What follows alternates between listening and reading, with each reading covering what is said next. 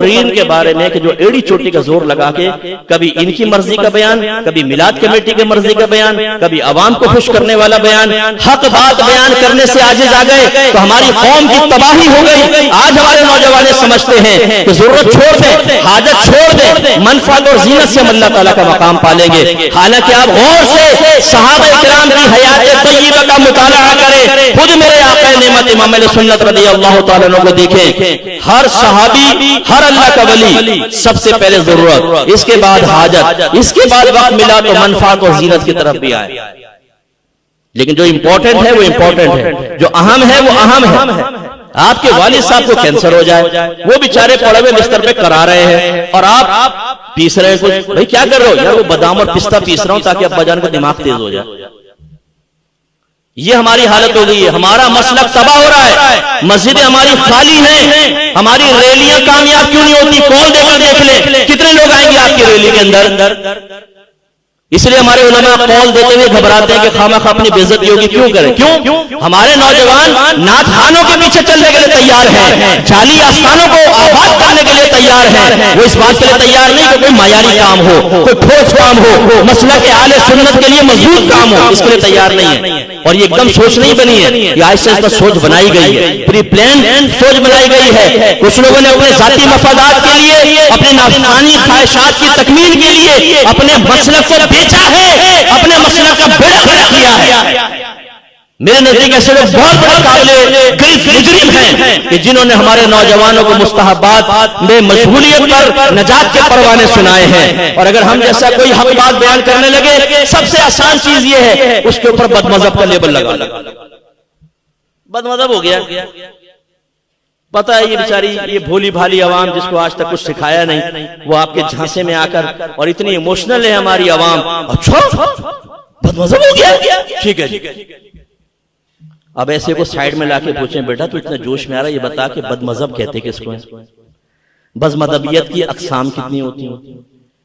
आला हजरत ने अगर 4 इबारात पर हुक्म कुफ्र जारी किया, उसमें कितने साल लगाए थे?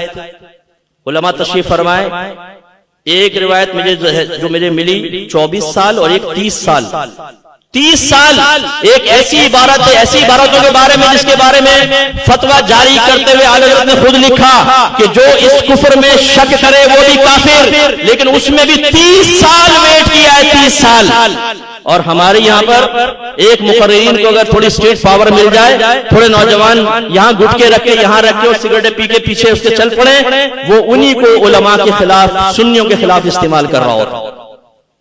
दूसरा बदमजहब हो गया है, ये है सुन्नी, ये है पक्का सुन्नी कि अपने उलमा की स्टेज पर अवाम के सामने तज़हीक करो, उन्हें दयूस कहो, उन्हें जलील करो, इसके बावजूद तुम अभी तक आले सुन्नत से वाबस्ता हो। दूसरा बदमजहब हो गया है। क्या आले सुन्नत का ये किरदार है? आइए मैं आपको सुनाता हूं। मेरे आका नेमत इमाम अहले सुन्नत रज़ियल्लाहु ताला अन्हु ने इरशाद फरमाया, अगर कोई ऐसा सुन्नी आलिम है जो लोगों में दीन का काम कर रहा है, और लफ्ज क्या इस्तेमाल हुआ? बतकदीरे इलाही उससे कोई खता हो गई। कुर्बान जाए मेरे आला हजरत पर, मैं इसकी वजाहत नहीं करूंगा, उलमा समझेंगे, इसकी लज्जत भी ये महसूस करेंगे। बतकदीरे इलाही कोई खता हो जाए, फरमाया उसकी इस खता को छुपाना वाजिब है, उसे अवाम के सामने बयान ना करे। क्यों? आका नेमत इरशाद फरमाते हैं इसलिए कि अगर तुम अवाम के सामने बयान करोगे, अवाम उससे बज़न होकर दूर हो जाएगी, तो जो उसके काम का फैज उन तक पहुंच रहा था वो फैज मुनक़ते हो जाएगा। लेकिन इसका मतलब ये नहीं है कि आला हज़रत ये फरमा रहे हैं कोई आलिम अगर गलती कर रहा है तो उसकी इस्लाह भी ना करो, टेबल टॉक करो, तन्हाई में समझा। इसमें बड़ी मादरत के साथ जो हमारी अवाम टुकड़ियों में बटी है, सिर्फ अपने मरकज़े अकीदत से अकीदत रखना और दूसरे को पांव की जूती समझना, इसमें हमारे बहुत सारे अहले इल्म का भी किरदार है।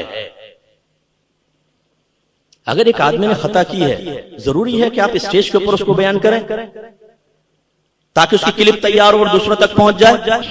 खुसूसन एक काम करने वाले आलिम को आप बदनाम करने की कोशिश करते हैं।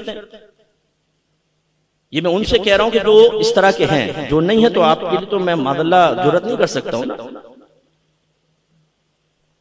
मेरे जो महसूस हुआ है ना, बाज लोग शोहरत के बड़े भूखे हैं, और ये एक ऐसी महबूबा है कि कम वक्त काबू में नहीं आ रही, क्या करें।